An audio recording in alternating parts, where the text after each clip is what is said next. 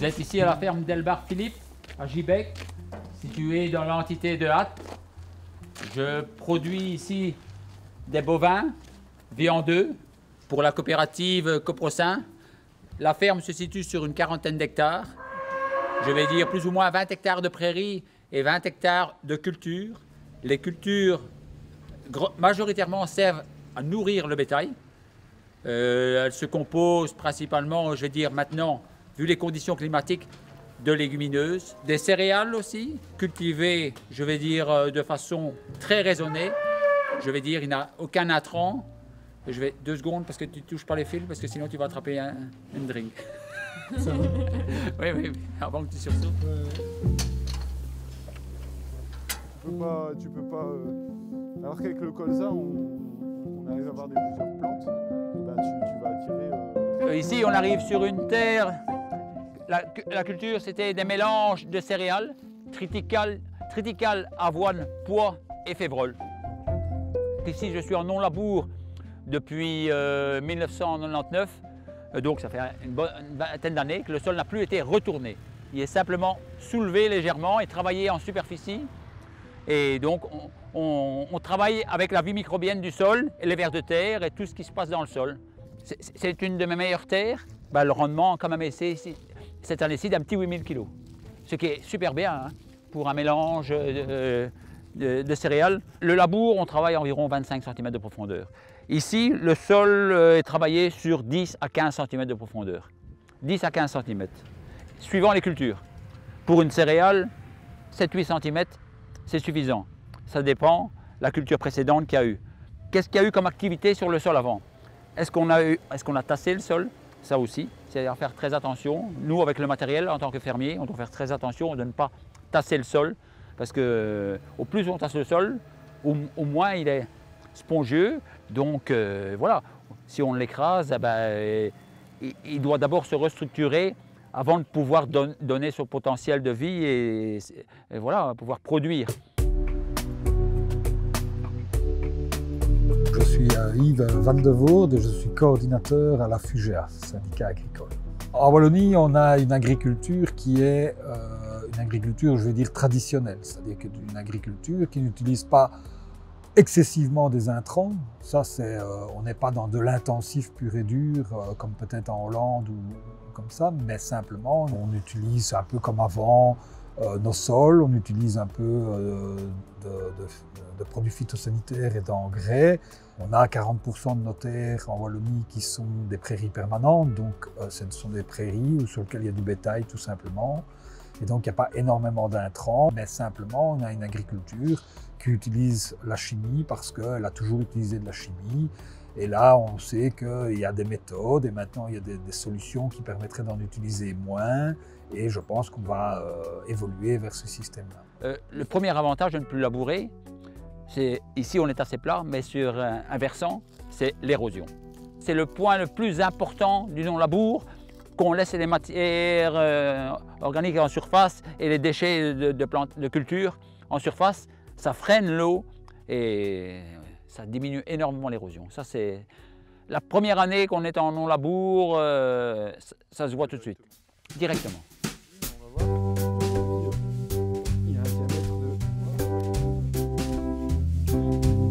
Voilà, moi je suis Maxime Herchier, je suis le coordinateur de l'ASBL Greenotech.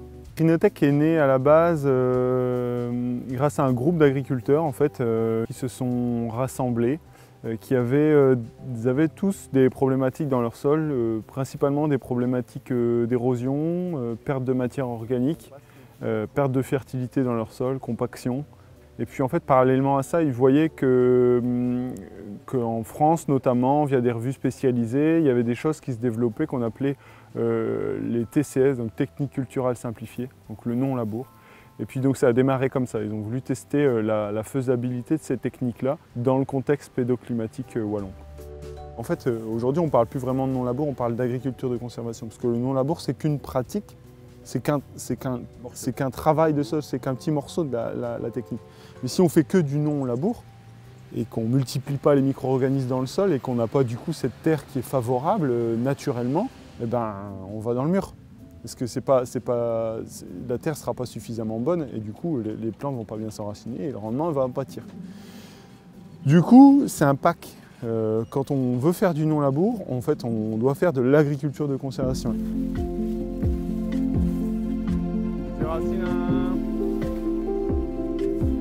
Pour un maïs qui a été planté le 10 de mai, pour cette année-ci, je crois qu'il y a une belle taille quand même. Il est bienvenu, hein, surtout après une prairie temporaire, qui a encore pompé. Hein. J'aurais dû l'implanter en labour, je pense que j'aurais... Mon maïs, je pense qu'il aurait été beaucoup moins beau quand même, parce que vu qu'on ne travaille pas en profondeur, il y a une bonne capillarité. Donc elle est remontée, le peu d'eau qu'il y a encore remonte vers la surface et arrive un petit peu à faire germer le maïs, je veux dire, jusqu'à le maïs puisse avoir un certain enracinement. On sait qu'on a aujourd'hui une société qui va aller vers plus d'écologie, vers plus de biodiversité. Alors ce n'est pas incompatible avec l'agriculture, mais c'est des contraintes supplémentaires pour les agriculteurs et c'est une perte de revenus.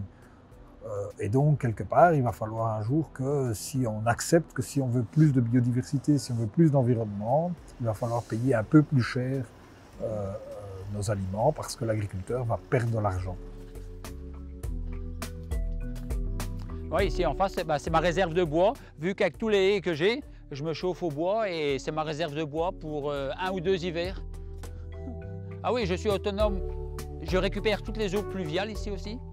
Je suis autonome, je veux dire 90% pour l'eau, à 100% pour le chauffage et à 80% pour l'électricité. Donc avec les panneaux photovoltaïques. Donc ça fait partie aussi d'un ensemble et de la philosophie de la coopérative Agri5 Coprocin qui veut qu'on soit le plus autonome possible sur la ferme. L'agriculture de conservation, c'est rotation de culture adaptée.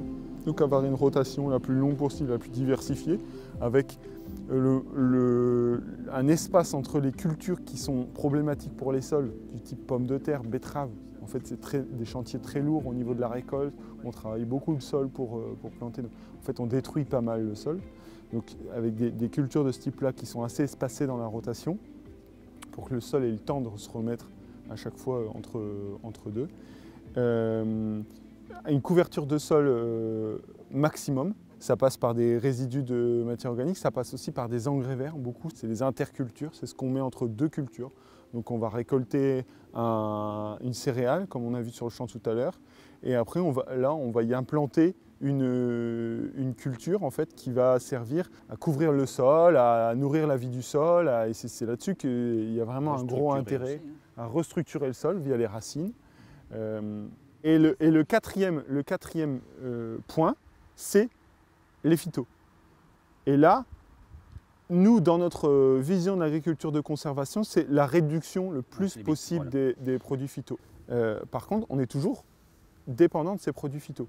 C'est là où, en fait, avec le bio, on n'arrive pas à faire du bio en agriculture de conservation. Aujourd'hui, c'est très compliqué parce qu'en agriculture biologique, on n'a pas le levier d'un herbicide. À un moment donné, il faut pouvoir faire un petit herbicide pour gérer les repousses de mauvaises herbes. L'idée, c'est de mettre 1 litre par hectare, donc une bouteille, 1 ou 2 litres, donc une bouteille d'eau sur 10 000 m².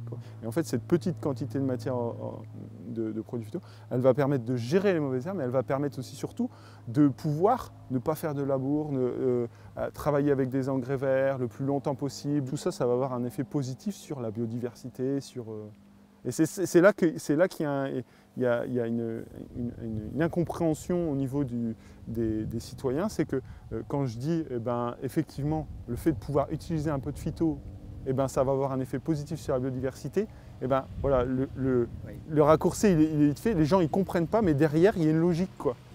Et c'est indiscutable, hein, ça a été prouvé scientifiquement tout ça. Hein.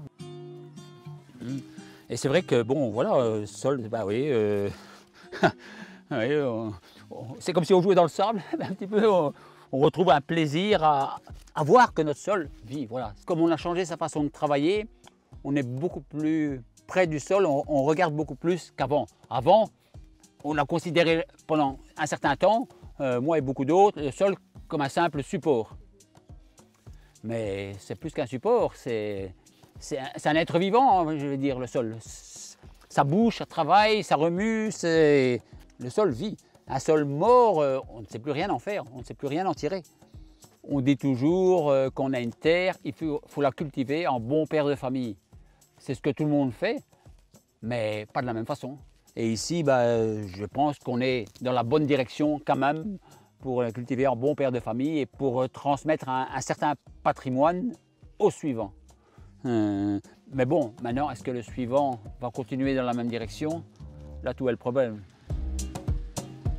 Pour les agriculteurs, pour continuer le développement vers une agriculture durable, on espère deux choses. D'abord que les agriculteurs gagnent correctement leur vie et qu'on les reconnaisse dans leur travail qu'ils fournissent. Et deux, qu'on retourne sur une alimentation locale, c'est-à-dire que l'ensemble des acteurs, que ce soit de toute la chaîne, on arrête de faire de l'agro-industrie, qu'on aille vers le local et vers des produits simplifiés et de revenir à la cuisine et pas à des plats préparés qui viennent du bout du monde.